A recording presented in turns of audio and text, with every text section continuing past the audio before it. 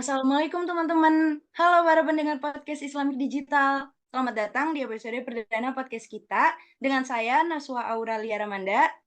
Saya Zelda Manikram. Saya Zefaros. Dan saya Rinda Putri Setiawan. Halo Halo semuanya. semuanya. Nah, di episode perdana podcast ini kita mau membahas hal seru tentang AI nih, teknologi yang saat ini lagi booming banget. Wah, iya sekarang lagi viral banget tuh konten hasil AI di media sosial. Kayak ada ChatGPT yang bisa jawab pertanyaan apapun. Terus ada juga tuh yang bisa ubah-ubah mukanya jadi pemeran Disney. Oh, yang lagi viral di TikTok itu ya, Rinda? Iya, benar banget ya, Pak. Oh iya, buat yang belum tahu, AI itu apa sih? Jadi, AI adalah sebuah teknologi yang dirancang untuk membuat sistem komputer bisa meniru kemampuan intelektual manusia. Jadi, kayak robot yang dapat melakukan pekerjaan yang biasanya dikerjakan sama manusia gitu loh. Wah, keren banget kan? Nah, tapi di balik viralnya dan kerennya itu, kadang aku prihatin sih sama mahasiswa kayak kita ini, takut ketergantungan sama teknologi itu. Mana canggih banget kan? Bener, Jel. Kalau udah ketergantungan, bawaannya jadi males, nggak mau mikir, dan jadi ngandelin teknologi. Terus, tapi sisi positifnya hidup kita jadi lebih mudah. Contohnya kayak sekarang ini, kita bisa ngobrol walaupun semua di rumah masing-masing kan?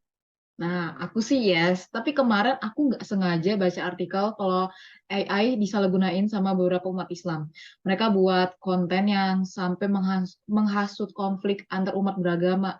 Isi kontennya tuh kayak foto dan video bahkan sampai audionya tuh real banget karena pakai kecanggihan AI untuk mojokin suatu kelompok tertentu. Serem ya. Nah, maka dari itu teman-teman, ada baiknya sebelum gunain AI, kita udah harus tahu dulu nih cara gunain AI dengan baik dan benar. Supaya nggak ada lagi yang menyalahgunakan AI. Dan, kan bahaya ya kalau udah kayak kata Jelda, serem banget bisa munculin fitnah gitu. Tapi nih ya, menurut kalian apa aja sih yang menjadi tantangan atau ancaman pada keyakinan umat Islam terhadap AI itu?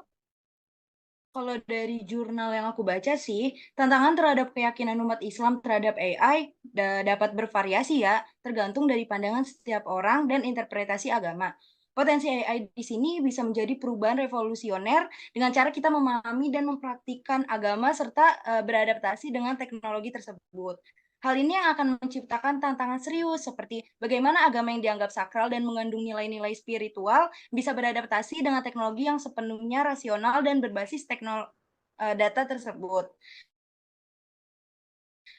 Terjadi ketegangan atau logika AI yang rasional dan kepercayaan agama yang seringkali melibatkan unsur mistis dan spiritual. Selain itu juga berkaitan dengan bagaimana etika dan nilai-nilai agama yang dapat bertahan dan tetap relevan di tengah arus kemajuan AI yang cepat kayak gini. Bisa jadi kemajuan AI akan mempengaruhi pemahaman dan praktik agama sampai menentukan penyesuaian nilai-nilai dan etika agama di era digital. Jadi kurang lebih seperti itu sih. Nah, ini kan konteksnya dalam agama ya. Kalau dalam lingkungan kerja, kira-kira persaingan apa ya yang akan dihadapi dengan adanya AI ini? Kalau dalam lingkungan pekerjaan, sebenarnya AI itu berpotensi besar loh mendukung pekerjaan manusia, karena dia tuh bisa menganalisis dan memproses data dengan cepat, mengidentifikasi pola-pola kompleks yang kadang manusia itu sendiri juga kesusahan. AI juga bisa memberi informasi dan rekomendasi lebih baik dalam mengambil keputusan. Buat di bidang kesehatan, pendidikan, dan keuangan juga AI bisa membantu meningkatkan efisiensi dan akurasi diagnosa, mengidentifikasi potensi kecurangan, bahkan ancaman keamanan. Contoh lainnya, kayak penjual online shop, dia bisa gunain aplikasi robot chat buat jawab pesan dari pembeli. Terus konten kreator yang bisa menyingkat waktu menulis skrip konten pakai aplikasi generator skrip.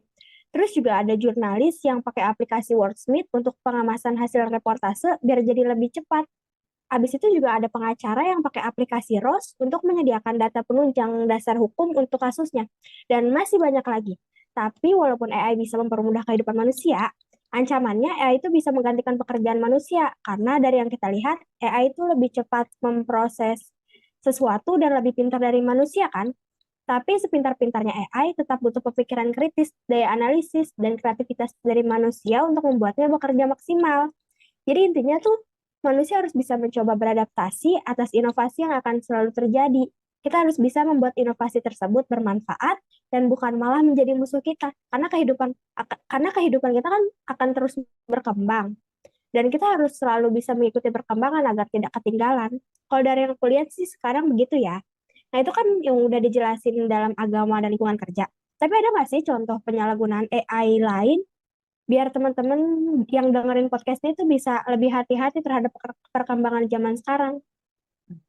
Jelas banyak banget penyalahgunaan AI apalagi di era digital saat ini guys. Contohnya menyebarkan ajaran agama yang menyimpang, kayak menyebarkan fatwa palsu atau bukan berdasarkan dari pengetahuan ajaran agama yang benar, terus adanya propaganda provokatif yang memecah belah kerukunan umat beragama seperti berita palsu tentang penyerangan terhadap tempat ibadah tertentu untuk menghasut suatu kelompok agama. Terus AI juga bisa dengan mudahnya mengambil data pribadi kita loh. Jadi data-data itu disalahgunain sama beberapa oknum dengan tujuan penipuan uang, pemalsuan data pribadi, peretasan kartu kredit atau e-wallet, terus juga mencuri akun media sosial untuk menyebar konten pornografi atau virus dan kegiatan ilegal lainnya.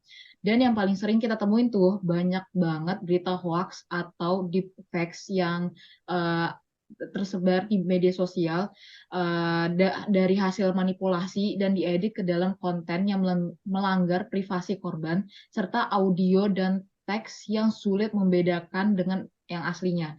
Seolah-olah korban tuh benar-benar melakuinnya. Nah, hal ini tuh udah sampai pada tahap tindakan asusila, terutama melanggar privasi dan kebebasan dari hak asasi manusia. Nah, dari beberapa contoh penyalahgunaan AI yang udah aku sebutin, sebagai mahasiswa, menurut kalian gimana sih implementasi AI yang tepat dan baik itu? Nah, cara mengimplementasikan AI itu banyak sekali loh teman-teman. Ada 5 cara. Nih, aku kasih tahu caranya ya. Di dalam kehidupan kita tuh yang pertama ada kesehatan.